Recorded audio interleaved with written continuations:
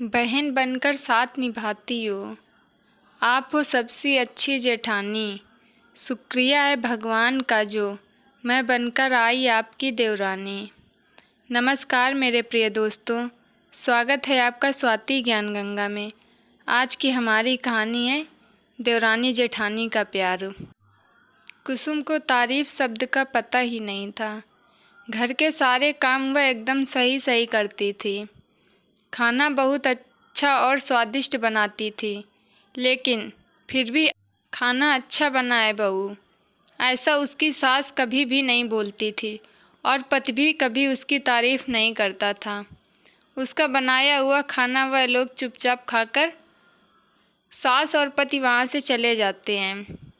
उसने खाना खाया या नहीं, उसका उन लोगों से कोई फ़र्क नहीं पड़ता था।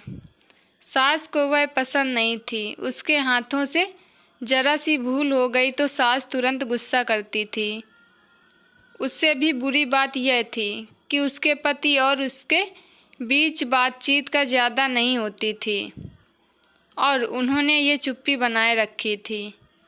वह उस पर ध्यान नहीं देता था ज़्यादा। परदेश में पढ़ाई करने गया हुआ छोटा देवर मात्र समय समय पर ही कुसुम को फ़ोन करता था, पूछता था भाभी कैसी हो। उसका फ़ोन आने पर कुसुम बहुत खुश होती थी। अपना मन हल्का करने का उचित स्थान समझती थी कुसुम।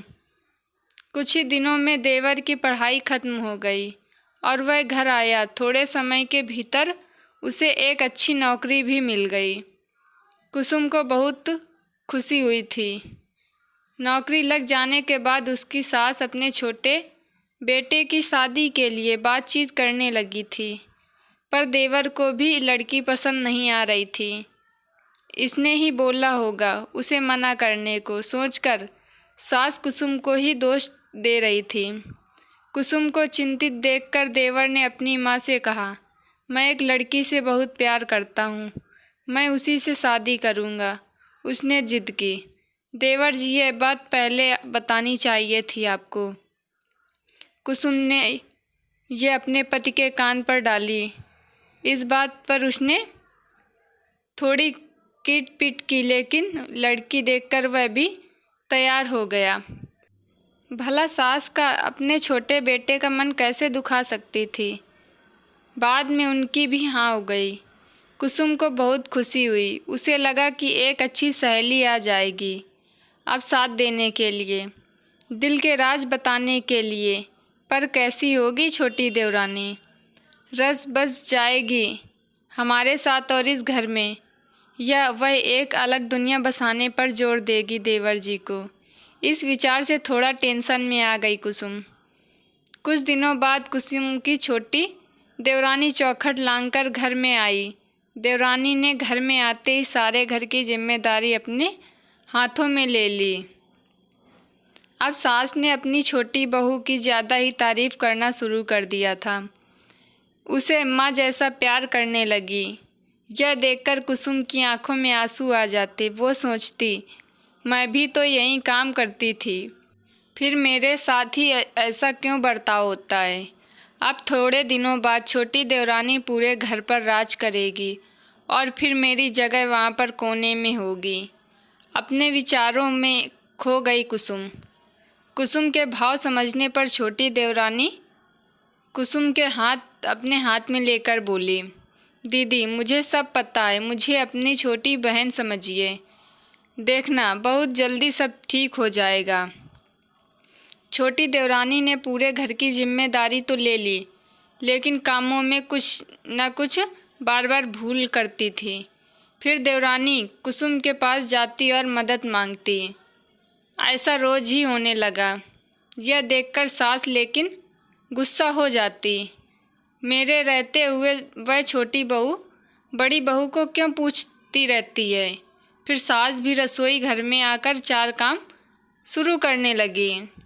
धीरे धीरे वह छोटी बहू के साथ अनजाने में बड़ी बहू से भी प्यार से बर्ताव करने लगी। प्यार से बोलने लगी, नए पदार्थ दोनों को सिखाने लगी, भूल समझकर समझाने लगी। अब सास और दोनों बहुओं में अच्छी दोस्ती होने लगी थी। इस वजह से बड़ी बहू का स्वभाव भी अच्छा होने लगा था। उसके स्वभाव में खुलापन आ गया था। सास भी दोनों के साथ कभी शॉपिंग तो कभी फिल्म देखने जाने लगी। वो अपनी दोनों बहुओं को समान प्यार करने लगी थी। इस वजह से घर का माहौल हंसता खेलता हो गया। इसके अलावा अपने भाई और उसकी पत्नी की बॉन्डिंग देखकर कुसुम का पति भी उसके साथ अच्छा व्यवहार करने लगा।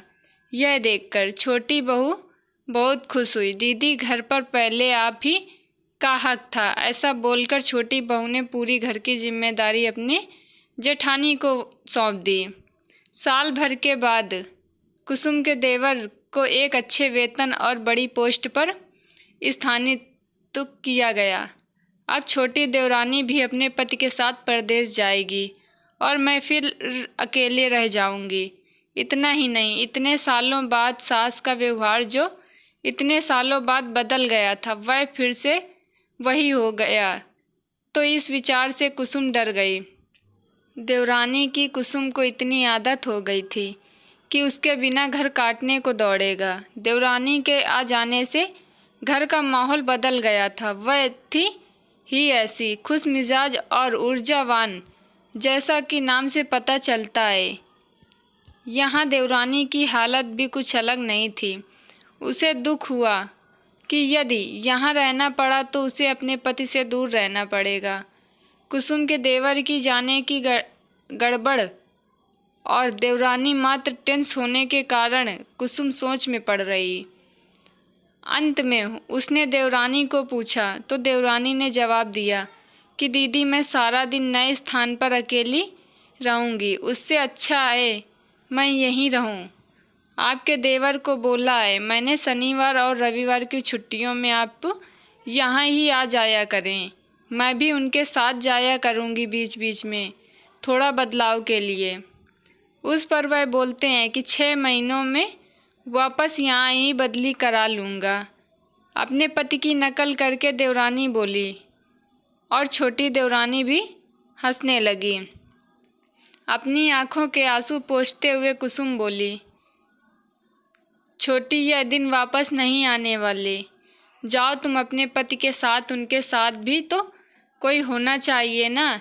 दीदी, आपने मुझे बड़ी बहन का प्यार दिया, वैसे ही भैया के रूप में एक बड़ा भाई मिला। यह भरा हुआ संसार छोड़कर मैं कैसे जाऊं? वहाँ अकेले मन नहीं लगेगा। 6 महीने का तो सवाल है, वह आते रहेंगे यहाँ पर। यह सुनकर कुसुम ने अपनी देवरानी को खुश होकर गले लगाया। तभी देवरानी कुसुम को बोली, अपने पति के साथ एक अलग जीवन बनाने में समय नहीं लगता। दोस्तों, 2 अलग अलग घर से और ससुराल में आने वाली यह लड़कियां अपने नए घर के लिए सब कुछ करती हैं। पता ही नहीं चलता कि कब एक दूसरे की आदत हो जाती हैं। सच में देवरानी जेठानी का रिश्ता बहनों से कम नहीं होता। दोस्तों, आपको यह कहानी हमारी अगर अच्छी लगे तो प्लीज़ चैनल को सब्सक्राइब करें और वीडियो को भी लाइक करें। मिलते हैं अगली वीडियो में। बाय बाय दोस्तों।